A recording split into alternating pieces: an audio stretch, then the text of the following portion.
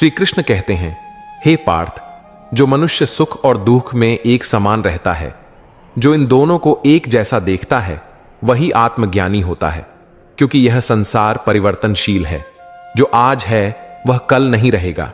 सुख भी नहीं और दुख भी नहीं, दोनों ही आते हैं और चले जाते हैं। बुद्धिमान वही है जो इन दोनों की उपस्थिति में अपने मन को स्थिर रखता है। जीवन में सबसे बड़ी भूल हम तब करते हैं जब हम यह मान लेते हैं कि सब कुछ हमेशा अच्छा ही होगा। हम केवल सुख की कल्पना करते हैं कि सब कुछ वैसा हो जैसा हम चाहें, बिना किसी बाधा के। लेकिन जैसे ही कुछ विपरीत घटता है, जैसे ही कोई दुख सामने आता है, हम टूट जाते हैं। हम उस दुख को अपने पूरे अस्तित्व पर हावी होने देते हैं। दरअसल समस्या दुख में नहीं है, समस्या हमारी उस अपेक्षा में है जो हमने सिर्फ सुख के लिए बना ली थी। जैसे कोई व्यक्ति समुद्र में तैरना चाहता हो, लेकिन चाहता हो कि लहरें न आएं। क्या यह संभव है? लहरें होंगी ही, कुछ शांत होंगी, कुछ उग्र होंगी, लेकिन लहरों के साथ ही तो तैरना सीखना है। उसी तरह जीवन में भी अगर हम केवल सुख की ही अपेक्षा करेंगे तो दुख की पहली ही लहर हमें गिरा देगी। पर जरा सोचिए, अगर हम पहले से यह समझ लें कि जीवन में दोनों पहलू आएंगे, कभी मीठे अनुभव और कभी कटु, और हम दोनों का सामना एक ही मन से करें, तो क्या हम उतने आसानी से टूटेंगे? यह बात उसी तरह है जैसे कोई बांस का पेड़ तूफान में झुकता है लेकिन टूटता नहीं, क्योंकि उसे पता होता है कि उसे स्थिर नहीं रहना, बल्कि परिस्थितियों के साथ लचक दिखानी है। लेकिन अगर कोई पेड़ खुद को बहुत कठोर बनाए रखे तो वो तेज हवा में टूट सकता है। एक और उदाहरण लें, जब आप मिट्टी से कोई बर्तन बनाते हैं तो उसमें मजबूती लाने के लिए उसे आग में तपाया जाता है। अगर वह आग ना हो तो बर्तन कभी टिकाऊ नहीं बन सकता। उसी प्रकार हमारा व्यक्तित्व, हमारा आत्मबल, हमारे विचार सब तब तक परिपक्व नहीं होते जब तक हम थोड़े दुख से न गुजरें। हमें यह समझने की जरूरत है कि सुख हमें आराम देता है, लेकिन दुख हमें आकार देता है। सुख से हम मुस्कुराते हैं, पर दुख से हम सीखते हैं। और जो जीवन हमें सिखा जाए वह जीवन व्यर्थ नहीं होता। इसलिए यदि आप जीवन से सिर्फ एक ही पहलू की उम्मीद रखेंगे तो दूसरा पहलू आते ही आप टूटेंगे। लेकिन अगर आप दोनों को जीवन का हिस्सा मान लेंगे तो हर परिस्थिति में आपका मन स्थिर रहेगा। और जब मन स्थिर होता है, न सुख में उछलता है, न दुख में डूबता है, तभी व्यक्ति भीतर से मजबूत बनता है। यही वह संतुलन है जो श्री कृष्ण ने अर्जुन को सिखाया, और वही संतुलन आज हम सबके जीवन की सबसे बड़ी जरूरत है। श्री कृष्ण कहते हैं, जब मनुष्य सुख दुख, लाभ हानि, जय पराजय इन सभी में सम रहता है, तभी वह सच्चा योगी कहलाता है। जीवन में जो आता है वह जाएगा भी, सुख भी आएगा और चला जाएगा, दुख भी आएगा और चला जाएगा, पर जो इनमें एक समान दृष्टि रखता है वही आत्मस्थ होता है। इस जीवन में हम सब सुख की तलाश में दौड़ रहे हैं। सुबह आंख खुलते ही हमारे मन में यही सोच होती है कि आज का दिन अच्छा बीते, लोग हमारे साथ अच्छा व्यवहार करें, जो चाहें वो मिले और कोई परेशानी ना आए। और जब ऐसा होता है तो मन प्रसन्न होता है, चेहरे पर मुस्कान आ जाती है, सब कुछ हल्का हल्का सा लगता है। ऐसा लगता है मानो जिंदगी मुस्कुराने के लिए बनी हो। सुख हमें हंसना सिखाता है, रिश्तों में मिठास लाता है, हमें अपनेपन का एहसास देता है। लेकिन यह सुख स्थायी नहीं होता। कुछ समय बाद वह चला जाता है, किसी स्थिति के बदलने से, किसी इंसान के चले जाने से, या किसी इच्छा के अधूरी रह जाने से। और फिर आता है दुख, एक ऐसा समय जब मन भारी हो जाता है, आंखें नम हो जाती हैं और हंसी जैसे कहीं छिप जाती है। और यहीं से शुरू होती है जीवन की असली पाठशाला। दुख एक ऐसा अध्यापक है जो हमें सिर्फ पढ़ाता नहीं, बल्कि जीवन का असली पाठ सिखा जाता है, चुपचाप भीतर से। जब हम किसी अपने से बिछड़ते हैं तब हमें जुड़ने का मोल समझ आता है। जब कोई बात हमारे मन के विरुद्ध हो जाती है तब हमें अपनी सीमाओं का ज्ञान होता है। जब कोई इच्छा टूट जाती है तब हमें यह समझ आता है कि हम हर चीज पर नियंत्रण नहीं रख सकते। दुख हमें सहना सिखाता है, और सहना एक शक्ति है। यह वो शक्ति है जो हमें भीतर से मजबूत करती है, हमें निखारती है। कभी किसी पेड़ को देखिए, जब तेज तूफान आता है तो पेड़ झुकता है, लेकिन गिरता नहीं। वो सहता है, थमता है, और फिर जैसे ही तूफान गुजरता है वह फिर सीधा खड़ा हो जाता है और पहले से ज्यादा मजबूत। ठीक उसी तरह इंसान भी जब दुख के तूफान से गुजरता है तो भीतर झुकता है, रोता है, थकता है, लेकिन अगर वह उस दुख को समझकर सहन करता है तो वो इंसान पहले से कहीं ज्यादा परिपक्व बनता है। और यही दुख की सबसे बड़ी देन है, समझ। सुख में हम अक्सर दूसरों का दर्द नहीं समझ पाते, लेकिन जब हम खुद दुखी होते हैं तो हमें यह एहसास होता है कि कोई और जब उस दौर से गुजरता है तो वो कैसा महसूस करता होगा। और यही एहसास हमें इंसान से इंसानियत की ओर ले जाता है। दुख हमें भीतर से गहरा करता है। वो हमारे विचारों को नर्म करता है, हमारे शब्दों को सच्चा बनाता है और हमारे व्यवहार में नम्रता लाता है। इसलिए जीवन में जब भी दुख आए तो उसे अपने शत्रु की तरह मत देखिए। वो एक अवसर है आपको मजबूत बनाने का, आपको समझदार बनाने का और आपको उस गहराई से जोड़ने का जहां से सच्चा जीवन शुरू होता है। सुख से आप मुस्कुराना सीखते हैं, लेकिन दुख से आप जीना सीखते हैं। श्री कृष्ण कहते हैं, जो व्यक्ति हर परिस्थिति में संभाव रखता है, चाहे वह प्रिय हो या अप्रिय, वही वास्तव में मुझसे जुड़ा हुआ है। क्योंकि जीवन की सच्चाई यही है कि हर अनुभव, चाहे वह सुखद हो या पीड़ादायक, आत्मा को परिपक्व बनाने के लिए आता है। जो प्रेम और पीड़ा दोनों को समझता है, वही प्रेम का वास्तविक स्वरूप जानता है। हम सब अपने अपने जीवन में अपनों से प्रेम करते हैं, अपने माता पिता, भाई बहन, जीवन साथी, बच्चे, मित्र। लेकिन जब सब कुछ सामान्य चलता है तो उस प्रेम की गहराई हमें महसूस नहीं होती। हम सोचते हैं कि सब तो ठीक है, सब पास हैं, बात कर रहे हैं, साथ हैं, इसमें क्या खास बात है। लेकिन जीवन जब अचानक किसी कठिन मोड़ पर आ जाता है, जब किसी अपने को खो देने का डर महसूस होता है, जब कोई अपना बीमार होता है या जब खुद पर दुख आ पड़ता है, तब जो लोग हमारे साथ खड़े रहते हैं उनके प्रेम की गहराई हमें पहली बार महसूस होती है। दुख हमें यह एहसास दिलाता है कि जिन रिश्तों को हम साधारण समझते थे वे कितने असाधारण हैं।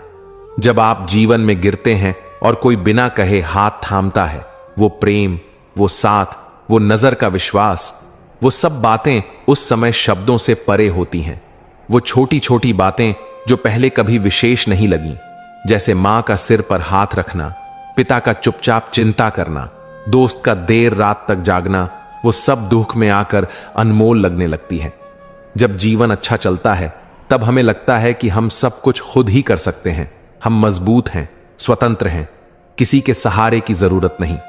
लेकिन जब कोई ऐसा समय आता है जब आप भीतर से कमजोर हो जाते हैं, तब आपको एहसास होता है कि प्यार सिर्फ साथ में हंसने का नाम नहीं है। वो तो तब परखा जाता है जब आप रोते हैं और कोई चुपचाप आकर आपके पास बैठ जाता है बिना कुछ कहे। दुख हमें सिखाता है कि प्यार सिर्फ मीठे शब्दों से नहीं मापा जाता। वो मापा जाता है तब जब कोई आपकी तकलीफ को बिना बोले समझ जाता है। प्यार का असली रूप उसी वक्त निखरता है जब समय कठिन होता है और फिर भी कोई आपका साथ नहीं छोड़ता। अगर कभी दुख न होता तो शायद हम यह कभी समझ ही नहीं पाते कि कौन हमारे अपने हैं और कौन सिर्फ हमारे अच्छे समय के हिस्सेदार। कभी दुख न होता तो हमें कभी यह न पता चलता कि एक मैं हूं न कहने वाले शब्द टूटते हुए इंसान को कैसे संभाल सकते हैं। दुख न होता तो हम कभी यह महसूस नहीं कर पाते कि रिश्तों की गहराई क्या होती है, और जो गहराई महसूस नहीं की गई वो प्रेम अधूरा होता है, सतही होता है और बहुत जल्दी खो जाता है। लेकिन जब हम किसी मुश्किल से निकलते हैं और पीछे मुड़कर देखते हैं कि किसने हमें थामा था, तब हमें पहली बार यह समझ आता है कि अपनों का प्यार क्या होता है। इसलिए दुख जीवन का वो हिस्सा है जो रिश्तों की असली परीक्षा लेता है और उन्हीं रिश्तों को सोने की तरह खरा करके हमें लौटाता है। और यही वो क्षण होते हैं जब हम पहली बार अपनों की उपस्थिति के लिए, उनके प्रेम के लिए और उनके साथ के लिए दिल से कृतज्ञ होते हैं। दुख अगर जीवन में न होता तो हमें कभी यह नहीं समझ आता कि हमारे अपने कितने कीमती हैं। श्री कृष्ण कहते हैं, जो भक्त संकट में मुझे स्मरण करता है, मैं उसकी पुकार को अवश्य सुनता हूं। जो मुझे सच्चे हृदय से पुकारता है, मैं उसके भीतर ही प्रकट हो जाता हूं, क्योंकि मनुष्य जब स्वयं की शक्तियां खो देता है तभी वह मुझे पूरे समर्पण से पुकारता है। सुख एक ऐसा समय होता है जब जीवन की रफ्तार तेज होती है, मन प्रसन्न होता है, योजनाएं बनती हैं, रिश्ते सजते हैं, सफलताएं मिलती हैं, और इन सब के बीच मनुष्य खुद को ही सब कुछ मान लेता है। उसे लगता है मैं ही कर रहा हूं, सब मेरे प्रयासों से हो रहा है, मेरे फैसले सही जा रहे हैं, मुझे किसी और की आवश्यकता नहीं है। और यहीं पर धीरे धीरे ईश्वर से दूरी बन जाती है, क्योंकि मन आत्ममुग्ध हो जाता है। सुबह उठकर प्रार्थना की जगह मोबाइल खोलते हैं, मंदिर की घंटी से ज्यादा जरूरी मीटिंग की घंटी लगने लगती है, और यह सब अनजाने में होता है। हमें लगता है कि हम ईश्वर से जुड़े हुए हैं, लेकिन हकीकत में हम उनकी स्मृति से बहुत दूर जा चुके होते हैं।